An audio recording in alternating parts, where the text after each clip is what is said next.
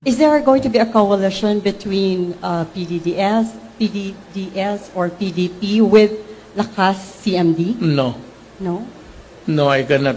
Because nandyan si Marcos.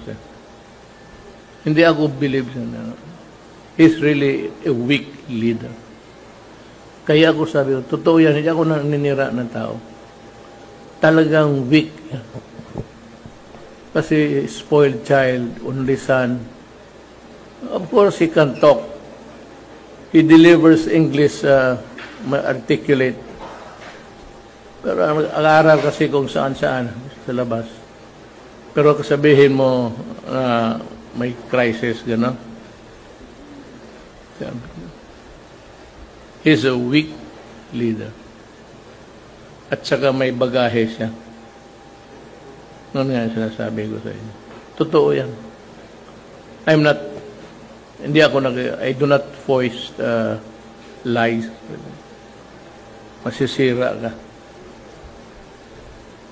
Pero bantay ka yan. Kamali ang Pilipinas na. I'm not saying mas maghusay ako.